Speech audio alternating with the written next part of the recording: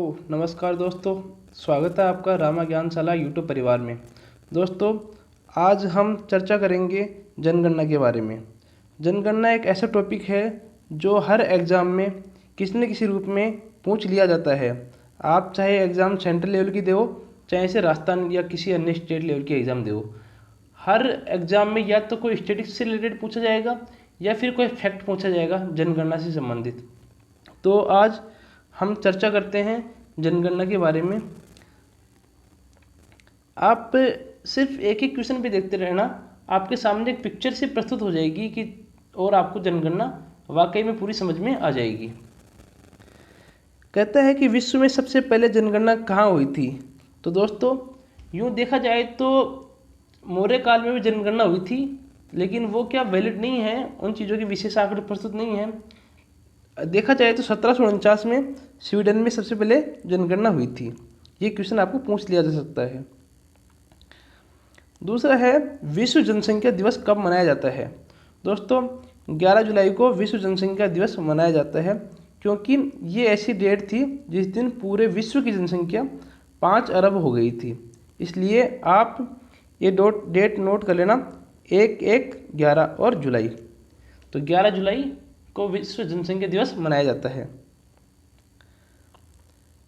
अब है कि भारत में पहली बार जनगणना कब हुई। तो भारत में पहली बार जनगणना हुई थी 1872 में।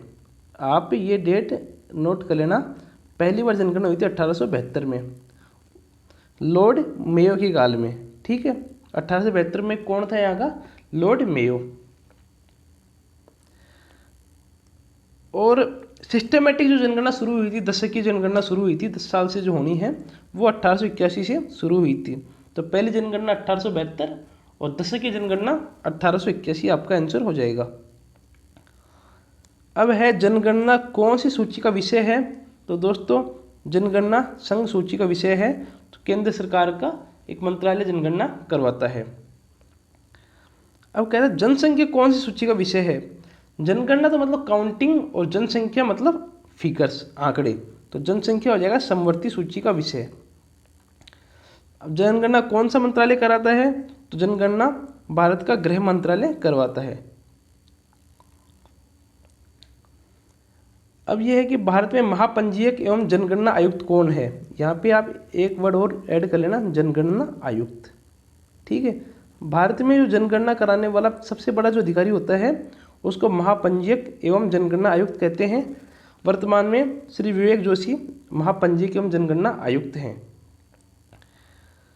अब कहता है कि 2011 की जनगणना का ध्येय वाक्य क्या था।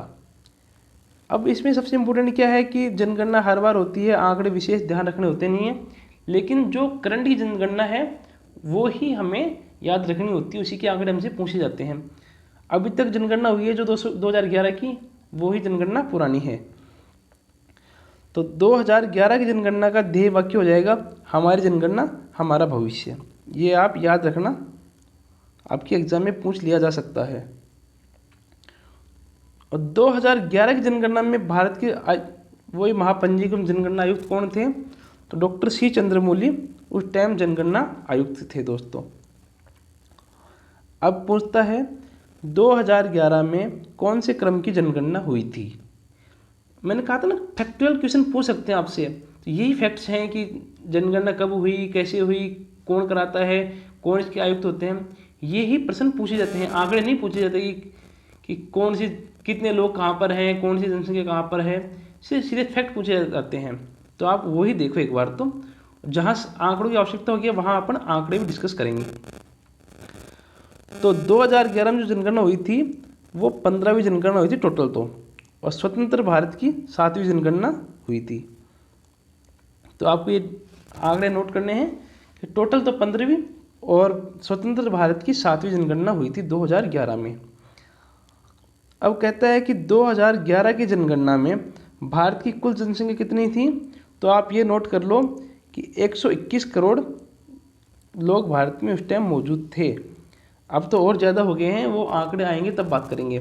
जो कि कुल विश्व की जनसंख्या का 17.5% जनसंख्या पर लेके बैठे हैं। भारतीयों की औसत उम्र क्या है।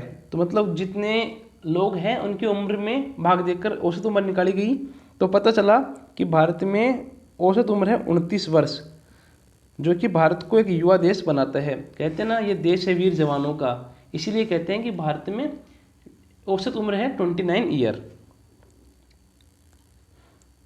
अब है कि 2011 में नगरीय जनसंख्या कितना प्रतिशत थी, और इसके नीचे लिखा है कि ग्रामीण जनसंख्या कितने प्रतिशत थी। तो आप ये नोट करो कि मोटा मोटा आंकड़ापन देखें, 31% तो नगरीय जनसंख्या और 68.2 ग्रामीण जनसंख्या। तो ज़्यादा डीप में न जाकर आप ये याद रख लीजिए, भारत में 7 लोग तो गांव में रहते हैं और 3 लोग शहर में रहते हैं। कैसे याद रखोगे? क्योंकि गांव के लोग हमेशा साथ रहते हैं।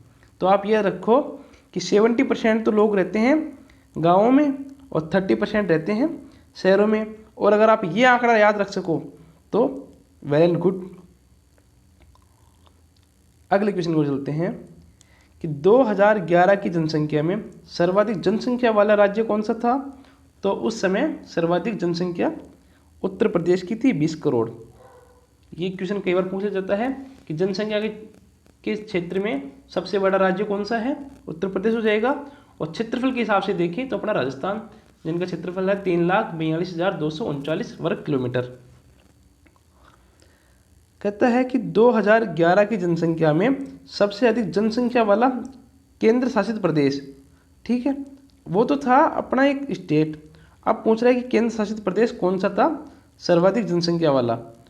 तो हो जाएगा दिल्ली। सभी को पता है केंद्र शासित प्रदेश अपने साथ हैं, जिनमें सर्वाधिक जनसंख्या सीधी सी बात दिल्ली की होनी है, 1.6 करोड़। अब कहता है कि न्यूनतम जनसंख्या वाला राज्य, तो सिक्किम न्यूनतम जनसंख्या वाला राज्य हो जाएगा। 2011 की जनगणना के अनुसार 6 लाख लोग वहाँ पर मौजूद थे। और न्यूनतम जनसंख्या वाला केंद्र शासित प्रदेश, इसका आंसर हो जाएगा लक्षद्वीप। 64,000 लोग वहाँ पर मौजूद थे, मतलब जनगणना में 64,000 लोग थे। कहाँ पर? लक्षद्वीप में। अब कहता है कि 2011 की जनसंख्या में भारत का जनघनत्व कितना था? दोस्तों, जनघनत्व क्या होता है? प्रति वर्ग किलोमीटर में कितने लोग रहते हैं। तो 2011 के अनुसार 382 व्यक्ति प्रति वर्ग किलोमीटर भारत की जनघनत्व हो गया पूरे भारत का। अब कहता है कि 2011 की जनसंख्या में सर्वाधिक जनघनत्व वाला राज्य, इसका आंसर हो जाएगा बिहार। बिहार में 1106 लोग प्रति वर्ग किलोमीटर में निवास करते हैं। अब आपसे जब प्रश्न पूछा जाएगा किसी भी ऑब्जेक्टिव एग्जाम में, सीधा प्रश्न पूछा जाएगा कि सर्वाधिक जनघनत्व वाला राज्य कौन सा है, और पहले ही ऑप्शन दिया जाएगा उत्तर प्रदेश। वहाँ आपको संयम और धैर्य का प्रयोग करते हुए प्रश्न को देखना है, जनघनत्व दे रखा है या जनसंख्या दे रखी है। जनसंख्या उत्तर प्रदेश और जनघनत्व बिहार। 2011 की जनसंख्या में भारत का न्यूनतम जनघनत्व वाला राज्य कौन सा था? इसका आंसर हो जाएगा अरुणाचल प्रदेश, 17 व्यक्ति प्रति वर्ग किलोमीटर। ठीक है, चलते हैं अगले क्वेश्चन की ओर। 2011 की जनगणना में भारत का लिंगानुपात कितना था? तो लिंगानुपात की बात करें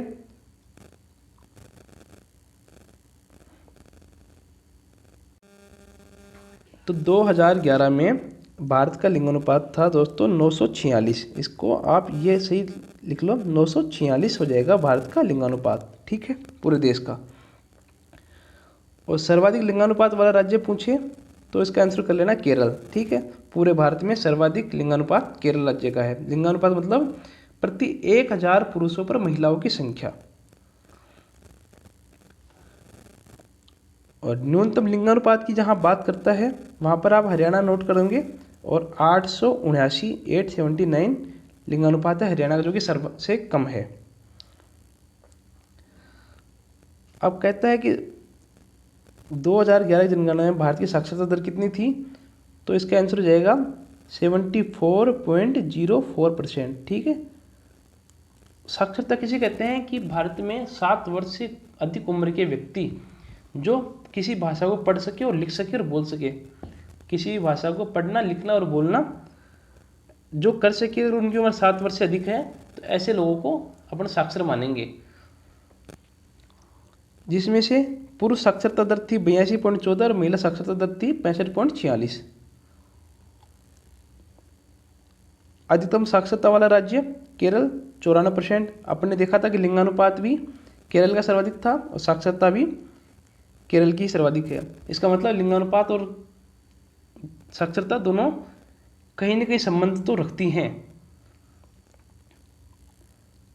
दे रखा है कि न्यूनतम साक्षरता वाला राज्य, इसका आंसर हो जाएगा बिहार 61.8%।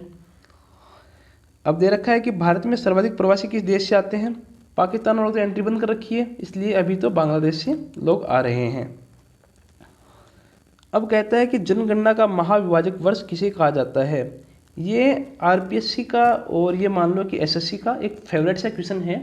काफ़ी टाइम बार पूछा गया था आपसे ये कि जनगणना का महाविभाजक वर्ष किसे कहते हैं। दोस्तों 1921 की जो जनगणना हुई थी उसमें जनसंख्या में कमी हुई थी। हर बार तो वृद्धि होती है लेकिन उस समय कमी हुई थी।